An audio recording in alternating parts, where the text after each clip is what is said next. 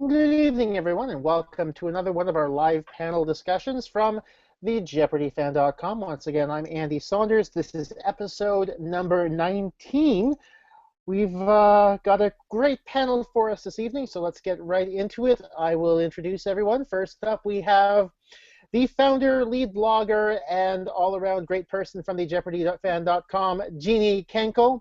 We also have a bunch of new people on the panel. First up, from he was on the show many, many years ago. Ben Wiles, also known as Dad of Twins, the big founder also of the Summer Hiatus Challenge.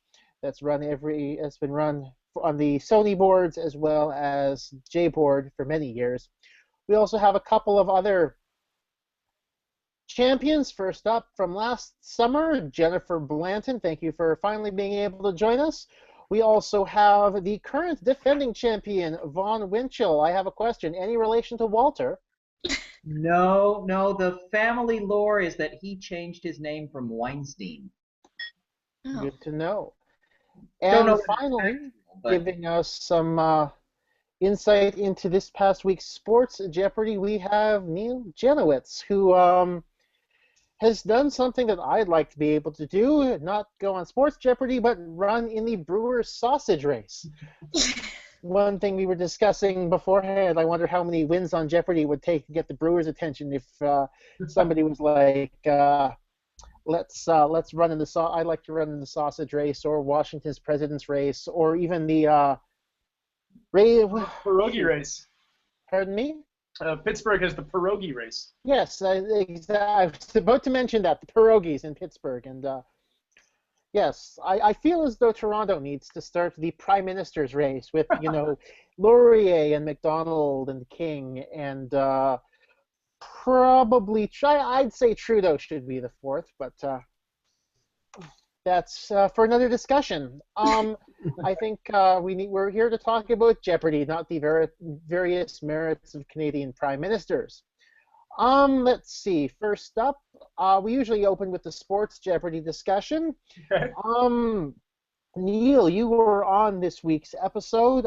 It was brought up on J-Board, but I think the first thing was there was a scoring error with regards to the Eric and the Wild Thing daily double. Do you have was there a reason why he lost just 1,500 and not the 3,000? Do you have any insight on that, Neil? I don't, and they didn't really give much of an explanation on set, other than it seemed like they felt bad to dock him the full amount of points for it, being that it was just a phrasing error, and typically I guess Dan would have corrected him, or they would have given him a moment to phrase it as a question, but because it was a daily double, there wasn't that window, and so they let it fly, but then they went back and corrected it. So it seemed like it was kind of uncharted territory, and they weren't really sure how to proceed. They didn't feel like it was fair to penalize him for it, but they weren't going to give him the full credit either. Okay, so There wasn't a whole lot of conversation on set about it, so I don't have a ton of insight. I don't know why they negged him if it was the Jeopardy round that he gave the incorrect phrasing. You know what I mean? Usually they give you another chance if it's the Jeopardy round. Yeah, I'm not sure. Yeah. Huh. And when prompted, didn't he go back and correct himself on second look? I think Dan just phrased it correctly for him. Okay. He said Wild Thing, and then Dan said, "What is Wild Thing?" I think that's what happened. that is actually, I think they are correct. That is actually what happened. On a personal level, I felt nothing against you, Neil. My beef is entirely with the writing staff, but I felt underwhelmed by many of the questions in this week's episode. I felt that, let's see here, there was so much better stuff they could have used in terms of soccer controversies, like, I don't know, why Chile got banned from 2 World Cups, for example. How the Chilean goalkeeper with the razor blades on his hands to try to draw a forfeit from Brazil, and anything with Luis Suarez. Yeah. for the past. Mm-hmm. He could be an 5 entire years. round. Yeah. Is he the guy that bites people? Yeah, that's him. Yes. Okay. Okay. And also going in a drag racing category without hitting Shirley Muldowney, I'm also disappointed in that. So Yeah, it was. I was there for 4 tapings, and across the board for all 4 tapings, it did seem like there were either some extremely easy questions, even for just kind of casual or non-sports fans for some of them, and then they got very, very obscure. But there didn't seem to be a ton of middle ground types of questions. I don't know if that's how you felt too. and I mean, I feel as though also the story that Kelly spoke about after the Jeopardy round, and to me as a Canadian, the day with the Stanley Cup seems like old hat. The story between Robert Kraft and Vladimir Putin sounded like it would have been a much more interesting story to hear more about Yeah. than some pleasant town in Saskatchewan gets the Stanley Cup for a day. Yeah.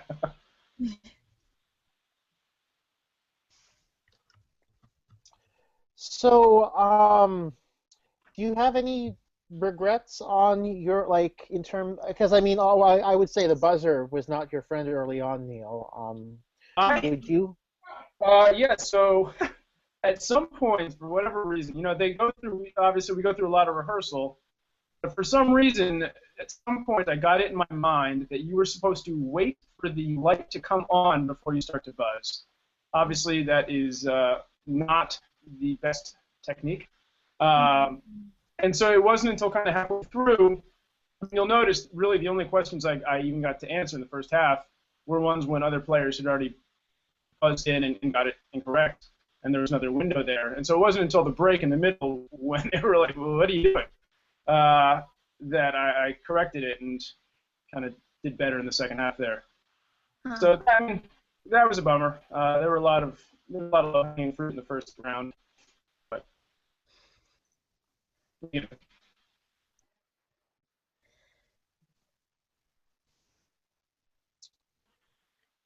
Okay, so moving on, I guess. Let's see. I think Melissa Appleby had some interesting things to say. Do we, at least in her or at least the newspaper interview that made its way around this week, the press referred to many people in our community as crazy bloggers, and those people are intense. Should we tone it down a bit?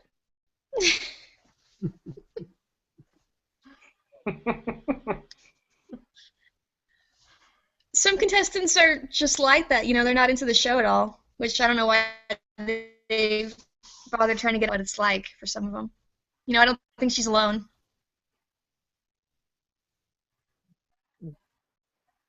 Do we think? But I mean, so what you're saying is that it's good that what we do for those who actually care about the show and want to see it discussed in depth? Well, I just think, like it or not, there's going to be people like that. I mean, I think, there are people that appreciate the websites, but there are people that don't. I mean, you'll find it's hardly exclusive to Jeopardy, and I don't see why anybody would criticize passionate fan bases digging deeper into their kind of their interests. I work for Entertainment Weekly, and you see increasingly that every show, I mean, whether it's reality, game shows, reality shows, scripted shows, I mean, it's all about niche fan bases, kind of fragmented audiences, and so let people kind of rally around what they're interested in. I mean, how is it harming anybody else? It's kind of ludicrous. You do see that with very passionate fan bases of whatever show it might be, and some people are like, whoa. I mean, anything really, movies, video games, Warcraft players. I mean, anything. It's like some people who are on the outside will look in and not understand that kind of level of devotion. Yeah. I will say that I know Melissa and I like Melissa, And I suspect that if she got a chance to try to say that again, she'd probably word it somewhat differently. I Oh, think that she did come off disparaging the people who discuss Jeopardy on the internet probably more than she intended to. okay. Have you spoken to her since your taping? We've exchanged some messages on Facebook. We haven't spoken, out loud in words, but we've Yeah. exchanged a little bit on Facebook. Okay. Although nothing about the article in the paper, which I one of a handful of people, I guess, who I wasn't spoilered at all by that because I saw that game being taped. Hmm. Oh yeah. Yeah. How did you find that article? Um, do you mean what was my impression of it, or do you mean how did I come across it? Yeah, I'm asking how. Well, I was asking Andy actually, but you too. Oh, How you guys sorry. knew about that article? Feel free, Andy. Oh, I first saw it on Facebook when Mr. Williams shared it. Oh, okay. Another crazy blogger, you mean? Yes, yes. Another crazy blogger shared it on Facebook, and I'm like, interesting. I know who I'm not cheering for this week. Yeah. But What about you, I Ron? would definitely agree with Vaughn in that many times people say something to the press and it gets completely misconstrued, and I'm sure I would agree that Melissa would really want to probably want to have that one back, and I'm not going to. I'm not going to begrudge what she said too much because yes, some people do think that we discuss the show too much, and maybe if I ever get on the show, maybe I want my opponents to think that way too. So. I was nervous in my newspaper interview too and said some things I wish I could have reworded. I mean, really. So even as I was saying them, I was like, ooh, I want to try that again. So what you're saying is true. She could regret some things. Mm-hmm. And I know in my case it was the very first time I had ever been talking to a reporter about me and something I was doing, and I suspect, and Neil, you can back this up with your Entertainment Weekly work if you can speak from experience here. It seems like it's something people get better at the more they do it. And As far as interviews and just reporting on stuff? being interviewed, it's something that's easy, it's easier yeah. to be interviewed the second or third or fourth time.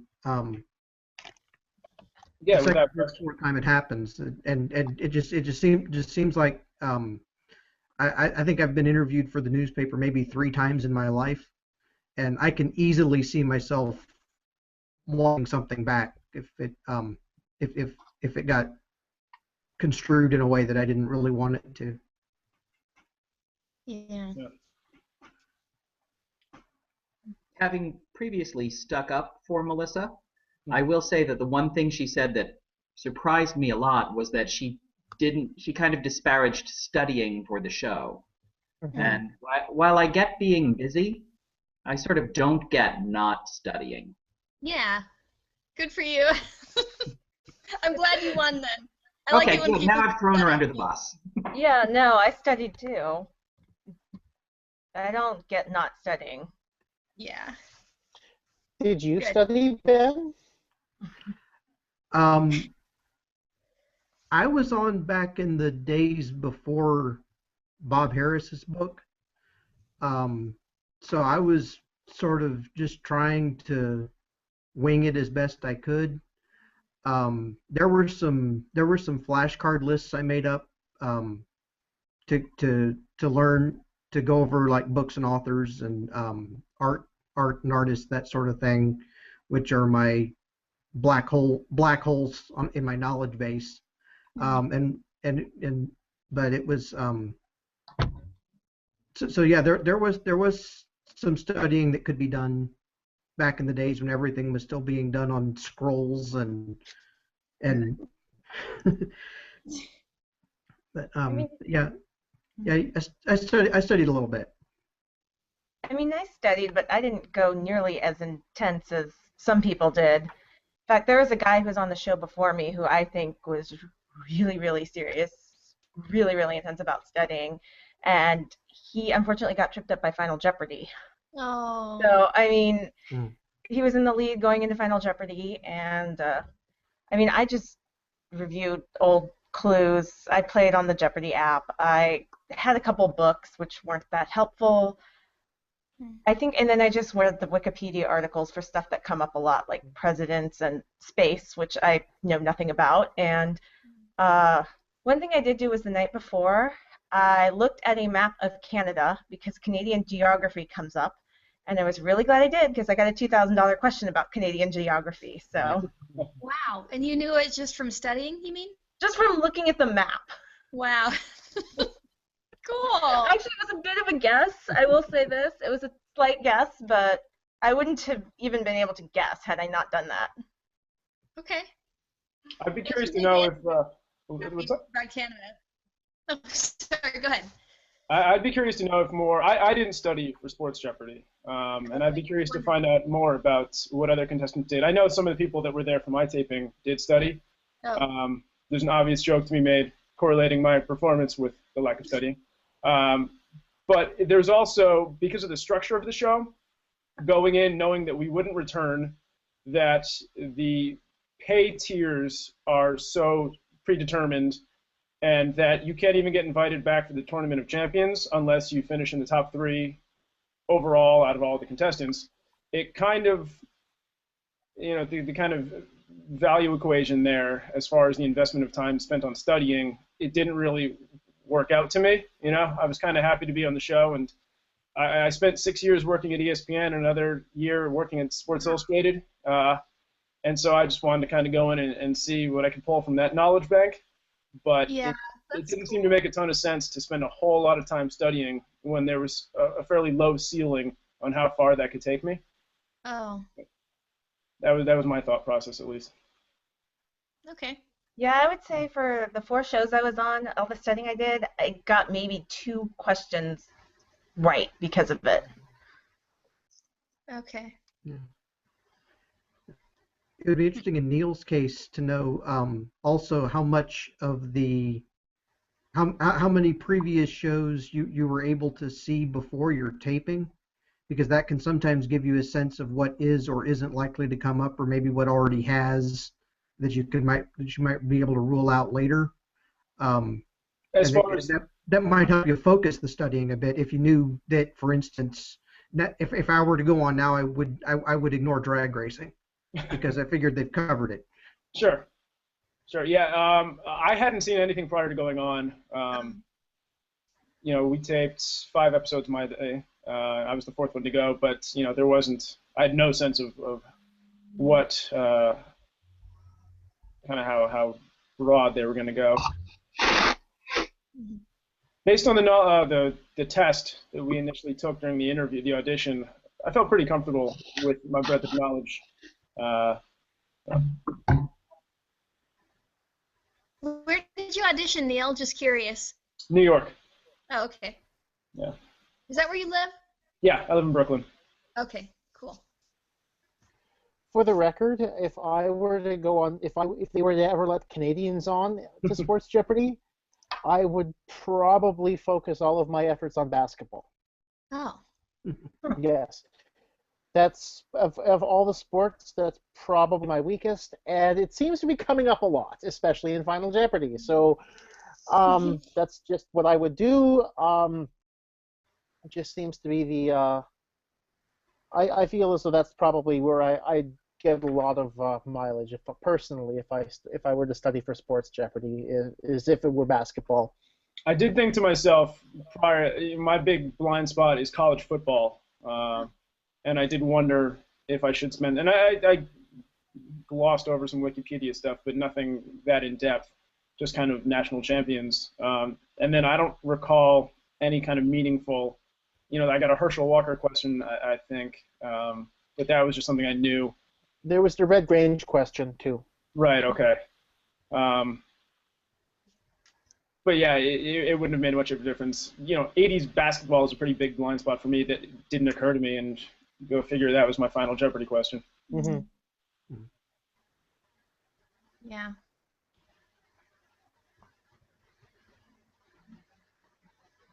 So did they tape one episode after you, Neil, that day? Yeah. Did you stay and watch it?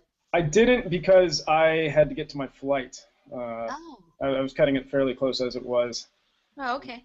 So All I right. didn't really know much about how the day would be structured, and I was the fourth taping. Yeah, okay.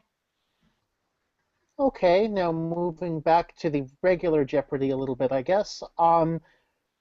Bert, on Monday, his double Jeopardy round did not go so very well. I believe he got 6 answers wrong, which Oh. is a significant amount.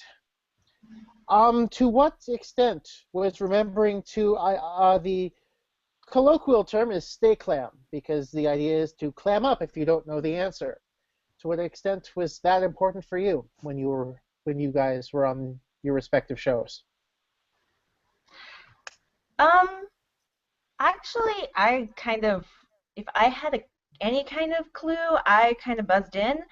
And yes, it did lead to some wrong answers, but it also led to probably a lot more right answers, particularly on high value clues. There was a couple of $2,000 ones, which I was not sure of. In fact, one I remember in particular was a $2,000 clue. It was just a shot in the dark guess, which turned out to be right. So I think in my case, it probably evened out, and probably even in my case ended up more positive than negative, because the right answers probably outweighed the wrong ones. So when I noticed that was happening, I kind of started ringing in. And yes, I did have a moment on my third show where I rang in to a question that I had no idea what the answer was, just out of habit. But, I mean...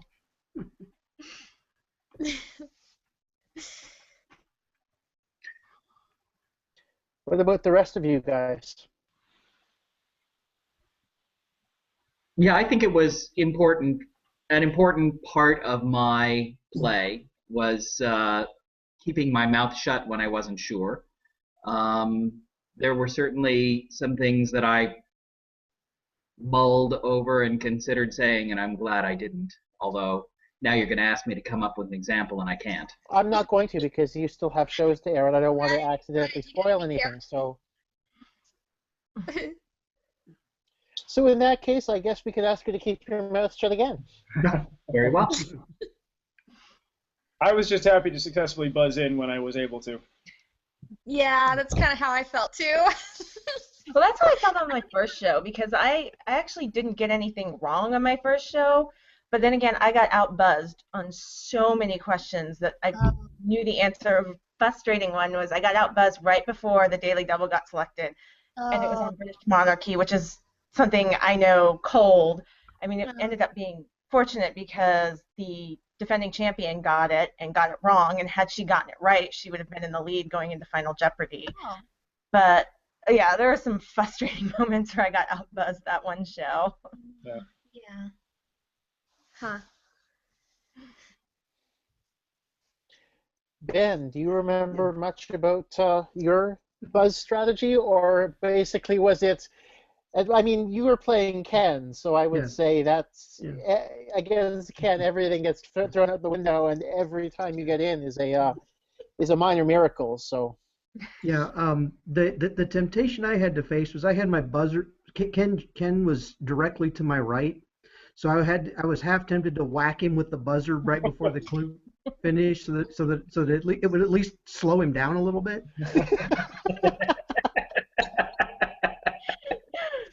But basically my strategy was when I'm going up against Ken, so I really lowered my threshold for what I needed to think I know before going after it. And it seemed to work pretty well, but as well as can be expected, I guess. Mm-hmm. I don't think I would have been nearly as aggressive against a one-day champ as I might have been against somebody who'd won 63 in a row. Had he been on TV yet, Ben, when you got there? Yes. Oh wow. We taped mid-August, and that was about 3 weeks after his Leno appearance.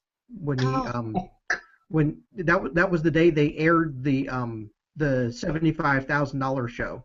Wow. He was on Leno that night, and 3 weeks later, I'm sitting across from him in the green room. Wow. It's amazing. It's unreal, you know? I mean, how could you even imagine that he'd still be there after all that time? Yeah. So, well, I mean, if you consider the way the news broke when his taping loss happened, Yeah. You would have known, Yeah. much to the chagrin of everyone providing stories that the newspapers no longer wanted once the surprise of, oh look, Ken lost in taping. We no longer care about how well Ken's doing. Yeah.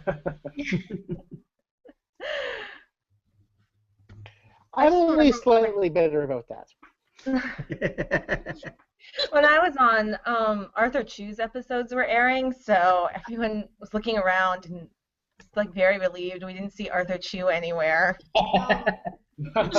And just think, you guys, not only did you have you had Arthur Chu, but you also had the entirety of Julia Collins's run in there as well. So Yeah, we didn't know about that. That aired about 3 weeks. Her last show was about 3 weeks before mine, so we had no idea. When did you tape, Jennifer? In March 11th, I believe is the date. Yeah. Okay. I think she taped some in January. Is that right? Yeah. I feel as though that makes sense. I probably have to go back and look at my own notes from that time, because as usually happens, news sometimes leaks out about the Super Champions to various outlets, and so I might have to look back at my own notes. Let's see. Moving on now to the panel. I honestly wish we could have gotten Mark Dawson for this, because he had a bunch of stuff preempted around his weeks. But what's it like? I know, Vaughn, you're probably a good person to ask about this. What's it like airing in a week when there are probably going to be lots of preemptions? Well, it's been more frustrating, I think, for some of the other people who played this past week, because I live in a market where nothing was preempted. Mm-hmm. But yeah, we were concerned about that, and it actually came up in the green room briefing before we went to tape. And Maggie said, if you want a DVD of your program because it's going to be preempted, email me and I can send you one. And if you just want one as a souvenir, it costs some exorbitant price. I don't remember what it was, but it was $175. I think so, yeah. But yeah, there has been some frustration, although I think there's also been more saturation of YouTube with clips from this week's shows than there normally is, or even whole episodes. Oh God, my shows were all over YouTube, some even before were they? they aired. Wow. No kidding. Whoa. Yeah, one of them got a lot of hits, so I think after that one it had over 500,000 hits. After that, I think Jeopardy started taking them down. But actually, the show after I lost on a Friday, and the Monday's episode was actually on YouTube that Friday morning. Whoa. Wow. I think somebody managed to get intercept the signals going out to the broadcasters, because North Korea, obviously. if I'm not mistaken, the show transmits via satellite to the various affiliates, and if somebody intercepts that, they may get the show a couple days early. Mm. And sometimes the affiliates screw up and their show's out of order. Yeah, that's happened to me. Mhm. Let's see.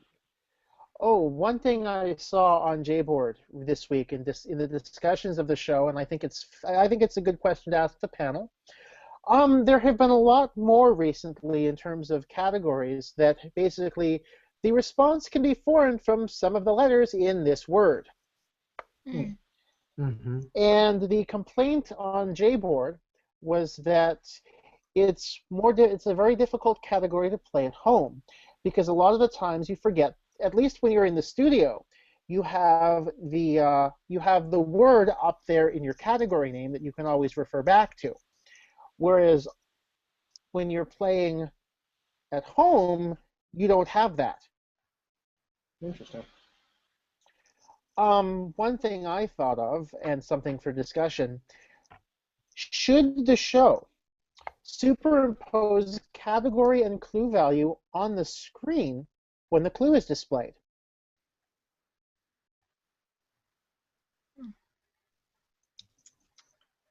What do we think? I don't think so. I mean, I think it would just clutter up the clue a little bit on our TV screens.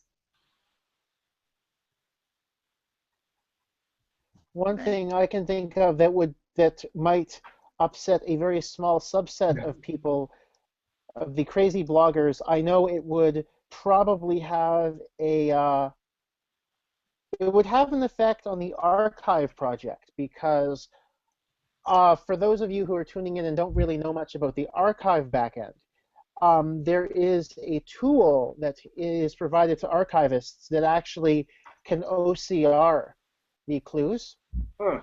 and to make it easier to archive the show. So basically, you click the way the tool works. If you're watching the video, you're watching a video of the show, you click the screen. It there then OCRs the clue and puts it in your clipboard, so you can just copy it onto the archive to put it in. Oh, OCR, by the way, is optical character recognition. Um, But it's easy because obviously Jeopardy clues are in a specific font and they're very easy to read and very easy for a computer to read. So that was one of the things. Well, it could have been one of the things with Watson, but of course, it had the clue fed into it digitally. But don't get me started on Watson and its technology. Um, but So that, I mean, having the category and clue value might mess up the optical character recognition that the archive uses. Not oh, that the show would particularly care about that. In terms of watching along at home, I think that's kind of where I was hoping to take this discussion about. Do we think this is a good idea? I'm not sure it would help much in terms of maybe for play along ability for when the category name is relevant to the response. Um, but even then, I don't know how much help it would be. One other thing I might have been thinking about as well, it's if you have a player like Chuck Forrest or Andrew Moore or Arthur Chu who likes to bounce around the board, having the category on the screen might help the viewers calibrate their own thoughts when trying to play along at home.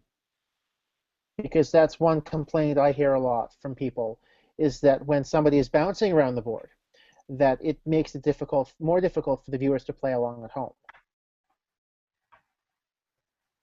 Would yeah. we agree? I guess I've gotten messed up a couple times when I'm doing my Coriat.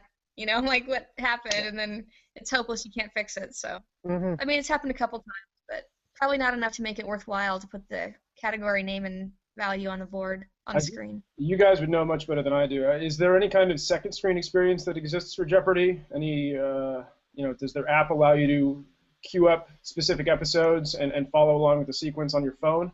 Because there could be a solution there. But that might not be a bad idea. I got dibs.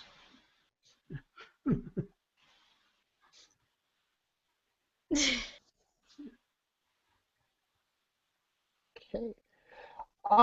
At this point, I think I feel as though it's probably a good time to open it up to general questions. If any member of the panel has any questions for any other panelists, meanwhile, I think I will take a look at, in case anyone has left a message on any of the various spots for the panel. Vaughn, It's I want to know very- if you had a viewing party, even though it was the day after Christmas. Jeannie, we did. We had about 50% more people attend than we had anticipated. Whoa! And with Jeopardy beginning at 7 o'clock, I got the food back to the house at 6:40, 45 minutes later than anticipated. Oh. So we did. It was tense, but it was, as you might guess, a happy experience. Yeah. That's neat. Okay. I just had my viewing party at a bar. Oh, okay. That probably would have been easier. Cool. Yeah, there's a bar across the street where I work. It's dead on Tuesday nights, and I'm sure they just wanted the business. That's fine. I think if I ever got on the show, I'd have a number of locations that would want to host a viewing party for me. So with the general things that I do, which of course would be an incentive to win, so that I could have multiple parties in multiple locations. Yeah. Yeah. I see Sorry. I see no questions from the various people on the internet for the panel tonight. So Can I ask Vaughn a quick question? Yeah. of course, yes. I just wanted to find out. You played your first game on Friday. I'm wondering how tempting it was to try to play along from the audience on the Monday through Thursday games, and whether you thought that made you fresh going into Friday, or tired somehow. If you would recommend somebody sitting in the audience waiting for a Friday tape date to try to play along with the Monday through Thursday games. I absolutely tried to play along with the Monday through Thursday games, and I think that it was helpful. I think that, for one thing, I think that it really helped me to watch 4 games being played, because by the time I played, I'd had 2 practice sessions, and I'd also seen 4 games, and I had seen people who played well and didn't win but could leave the studio with their head held high. So I felt okay. I felt that I wasn't going to embarrass myself, and I felt that it was okay if I played a good game but didn't win.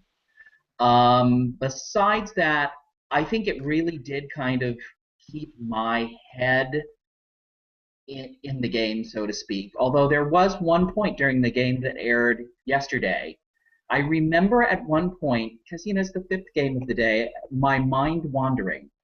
And I remember one clue that was almost like the adults in a Peanuts cartoon from the 1960s. And I remember hearing essentially, wah, wah, wah, wah, German astronomer.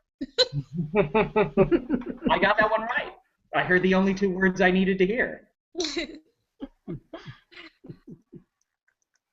Cool. Well, I'd certainly like, as the J-board tradition, I'd like to wish you, Vaughn, best of retroactive luck Yeah. in this next week's episodes in your title defense. Well, when I'm certainly done like playing, I'll thank you for that. Yes, but I'd certainly like to have you back on our next panel so that we can discuss the remainder of your episodes, or episode, as the case is. I have no idea. I don't need to say anything else about that.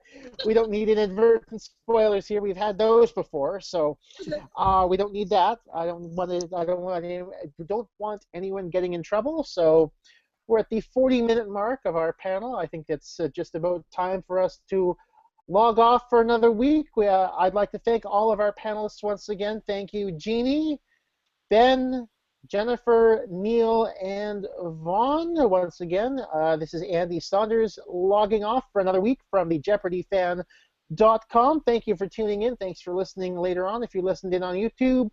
So thank you very much once again. Have a great night and have a great week. Thanks, guys.